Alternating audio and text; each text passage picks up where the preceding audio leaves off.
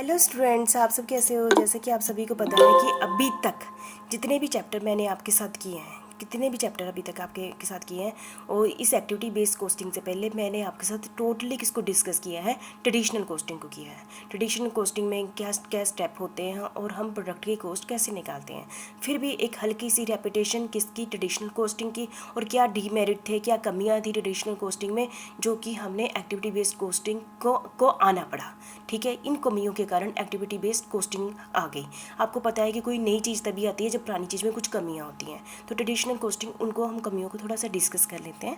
ठीक है, तो ट्रेडिशनल कोस्टिंग में हम फिर से एक बार रिवीजन कर लेते हैं क्या क्या किया हमने। ट्रेडिशनल कोस्टिंग में हमने प्रोडक्ट की कोस्ट निकाली। सबसे पहले हमने क्या किया, कोस्ट सेंटर बना लिया, कोस्ट यूनिट बना लिया या फिर डिपार्टमेंट वाइज बना लिया। तो उसमें हमारे पास दो टाइप की कोस्ट थी, एक क्या थी डायरेक्ट कोस्ट थी, दूसरी क्या थी इनडायरेक्ट कोस्ट थी।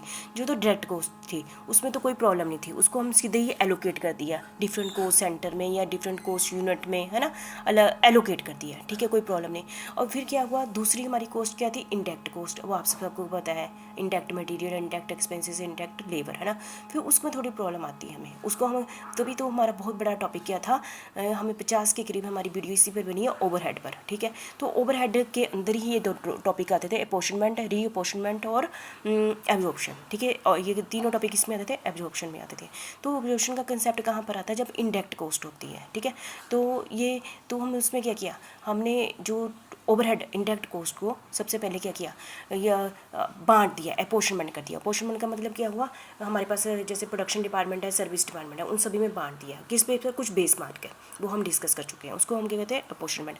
फिर उसके बाद हमने क्या किया, सर्विस डिपार्टमेंट की, क्योंकि खुद तो उसकी प्रोडक्शन होती ही नहीं है, तो इस कारण हमने सर्विस डिपार्टमेंट को जीरो लेकर उसको जीरो में कन्वर्ट कर दिया, और सर्विस डिपार्टमेंट की सारी कॉस्ट किस में डाल दी, प्रोडक्शन डिपार्टमेंट में डाल दी।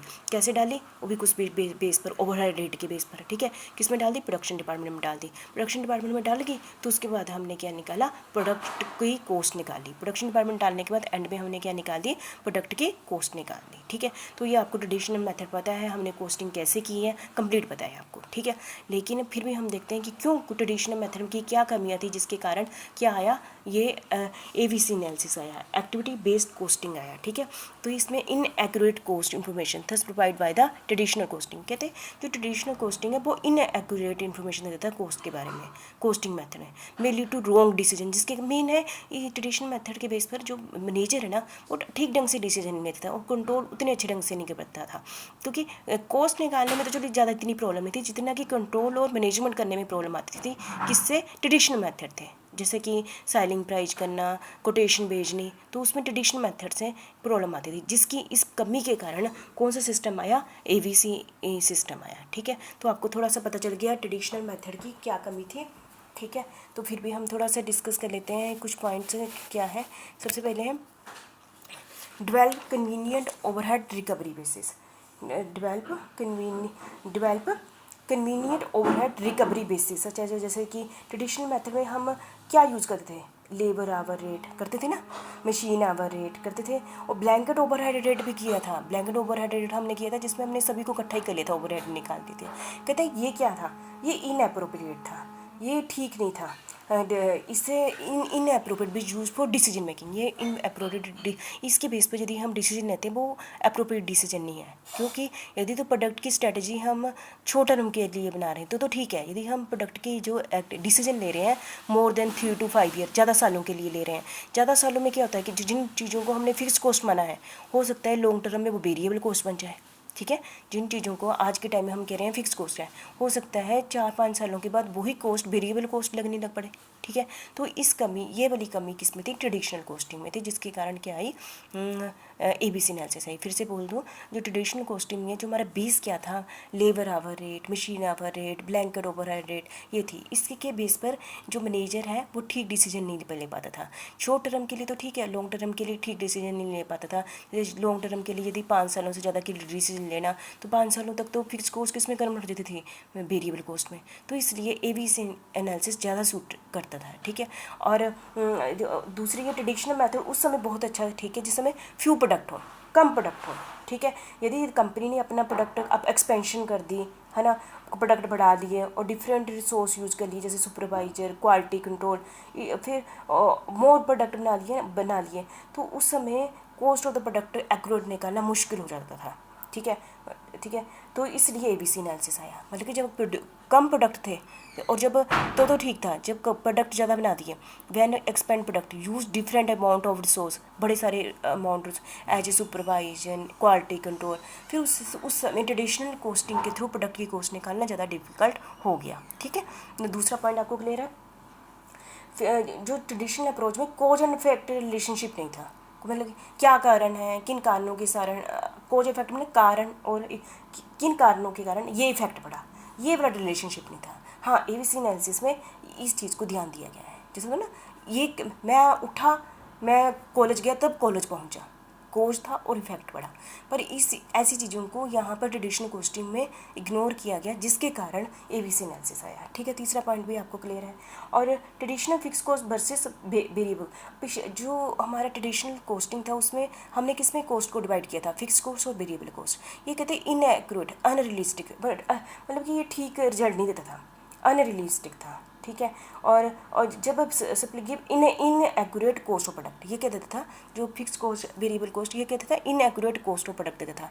आपको पता है कि जो हम ABC एनालिसिस में variable cost, short term variable cost और लॉन्ग टर्म वेरिएबल कॉस्ट में कन्वर्ट किया है, पर यहाँ पर क्या बोलते थे, fix cost and variable cost, किसी में ट्रेडिशनल कोस्टिंग में। और मॉडर्न कोस्टिंग में क्या करते हैं, ABC एनालिसिस में शॉर्ट टर्म वेरिएबल कॉस्ट और लॉन्ग टर्म वेरिएबल कॉस्ट, ये टर्म किस में आई है, ABC एनालिसिस में आई है, ठीक है।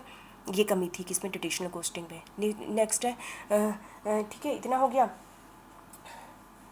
जब फर्म बहुत ही मल्टीपल प्रोडक्ट बनाती थी, मेकिंग डिसीजन ऑन प्राइसिंग, जब वो ज़्यादा सारे प्रोडक्ट बनाएंगी, ज़्यादा सारे बनाएगी ना, जैसे उसकी प्राइसिंग करना, प्रोडक्ट मिक्स करना, प्रोडक्ट की टेक्नोलॉजी करना, ठीक है, तो मैनेजर के लिए डिफ़िकल्ट हो जाता है यदि उसने क्या लिया है, ट्रेडिशनल कोस्टिंग सिस्टम लिया है, ठीक है।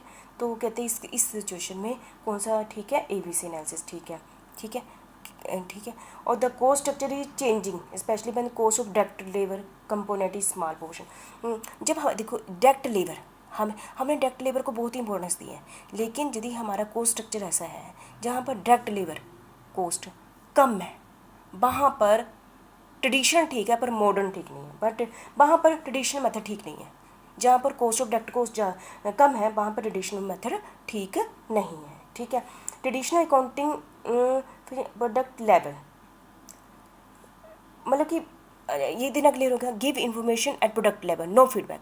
वो जो ट्रेडिशनल प्रोसेस प्रोडक्ट लेवल के बारे में बताता था, लेकिन जो हमारी मॉडर्न टेक्नोलॉजी वो क्या चाहती है कि उसकी क्या डिमांड है, फीडबैक क्या है, परफॉर्मेंस कैसी है, इस पर ट्रेडिशनल मेथड नहीं कुछ कहता था, ठीक है। फीडबैक को इंपॉर्टेंस नहीं दी गई थी ट्रेडिशनल मेथड में, ठीक है। और इतना क्लियर है आपका। और traditional costing apply an average overhead rate, traditional costing में किसको इंपॉर्टेंस दी गई थी, एवरेज ओवरहेड रेट। हमने निकाले ना पीछे पूरे ओवरहेड रेट के बहुत सारे मेथड यूज़ किए, किसको अप्लाई किया था, average overhead rate to direct production cost based on a cost driver, ठीक है। और some production related activities use more overhead expenses than other. हम देखो यहाँ पर हमारी वो जो ट्रेडिशन में इस चीज़ों को इग्नोर कर दिया गया है ना, कि यदि हमारे पास बड़ी सारी एक्टिविटी है, कुछ एक्टिविटी ज़्यादा ओवरहेड लेती थी, कुछ एक्टिविटी कम लेती थी, तो हम as a result traditional costing can give a inaccurate cost of making each product, ठीक है। तो क्योंकि ये चीज़ें इग्नोर थी कहाँ पर, ट्रेडिशनल में, जिसके कारण ईच प्रोडक्ट की कॉस्ट ढंग से इनएक्यूरेट आती थी, ठीक है। Traditional costing simple, no doubt, बहुत ही सिंपल है, less specific than activity based cost, पर स्पेसिफिक ज़्यादा अच्छी कौन सी है, एक्टिविटी बेस्ड कोस्टिंग है। You might consider going with traditional costing if you only make a few product. यदि कम प्रोडक्ट बनाते हैं तब ट्रेडिशनल कोस्टिंग ठीक है, यदि हम ज़्यादा प्रोडक्ट बनाते हैं तब हमें एक्टिविटी बेस्ड कोस्टिंग ज़्यादा अच्छी है। Traditional costing for reporting externally, traditional costing देखो ये भी बड़ा ही आपका बजटेड क्वेश्चन बन गया क्या, ट्रेडिशनल कोस्टिंग किसके लिए रिपोर्ट देने के लिए अच्छी है, बाहर वाले लोग, एक्सटर्नल इन्वेस्ट, जैसे कि एक्सटर्नल लोगों को, एक्सटर्नल को जो कंपनी में इन्वेस्ट करते हैं उनके लिए ठीक है। बाहर वालों के लिए यदि रिपोर्ट देनी है ना, तो ट्रेडिशनल कोस्टिंग मेथड अपनाओ। यदि हमने मैनेजर ने डिसीजन लेना है, मैनेजर ने कंट्रोल करना है, तो उसके लिए वो कौन सा मेथड अपनाए, एक्टिविटी बेस्ड कोस्टिंग, ठीक है। इंटरनल के लिए जब मैनेजर ने प्लानिंग डिसीजन लेने हैं तो उसके लिए ज़्यादा अच्छा होगा एक्टिविटी बेस्ड कोस्टिंग है। और यदि लोगों को कोई इन्फॉर्मेशन देनी है तब ट्रेडिशनल कोस्टिंग सिस्टम ज़्यादा ठीक है, ठीक है। In traditional costing there is no general base of allocation of indirect cost, कहते कोई बेस नहीं है, जो हमने डिस्कस बड़े सारे कर लिए कहते वो ठीक बेस नहीं है। And it is left to the judgement of the cost accountant to select the most appropriate base of allocation, क्योंकि जजमेंट है ये, है ना।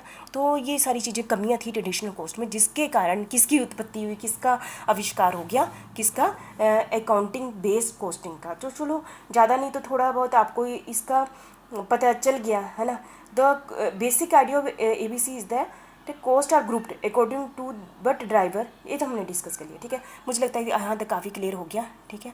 हम कुछ टर्म आगे डिस्कस करेंगे, ठीक है। Thank you very much.